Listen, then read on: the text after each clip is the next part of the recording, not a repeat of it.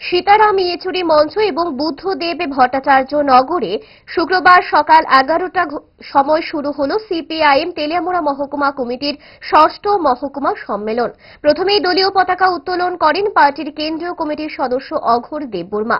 তারপর প্রয়াত সীতারাম ইয়েচুরি এবং বুদ্ধদেব ভট্টাচার্যের প্রতিকৃতিতে মাল্য এবং পুষ্পার্ঘ্য প্রদান করার পাশাপাশি শহীদ বেদিতে শ্রদ্ধা নিবেদন করে সূচনা হয় সম্মেলনের। পরবর্তী সময়ে তেলিয়ামুড়া মহকুমা পার্টির কার্যালয়ে শুরু হয় সিপিআইএম তেলিয়ামুড়া মহকুমা কমিটির ষষ্ঠ সম্মেলনের মূল পর্বের কাজ। সম্মেলনে উপস্থিত ছিলেন পার্টির রাজ্য সম্পাদক জিতেন্দ্র চৌধুরী, পার্টির কেন্দ্রীয় কমিটির নেতৃত্ব রমা দাস, নারায়ণ কর, অন্যান্যরা। এছাড়াও পার্টির জেলা ও মহকুমা নেতৃত্বরা। মহকুমার 9টি অঞ্চলের 192 জন প্রতিনিধি উপস্থিত হন।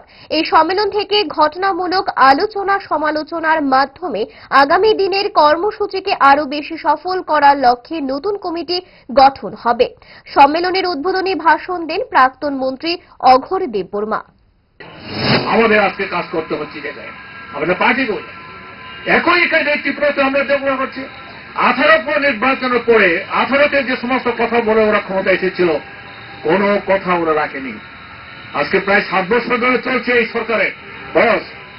এই 7 বছরে যতটা মানুষের সামনে পরিস্থিতি তারা দিয়েছিলেন, কোনো কথা তারা রাখতে পেরেছেন? কোনো কথা তারা রাখতে পারেনি।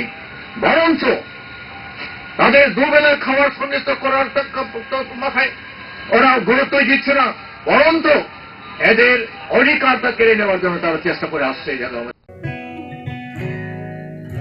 জুড়ে থাকে বাঁধন আপনার চেয়েও আপন, জুড়ে থাকে বাঁধন আপনার চেয়েও আপন, আপনার চেয়েও আপন।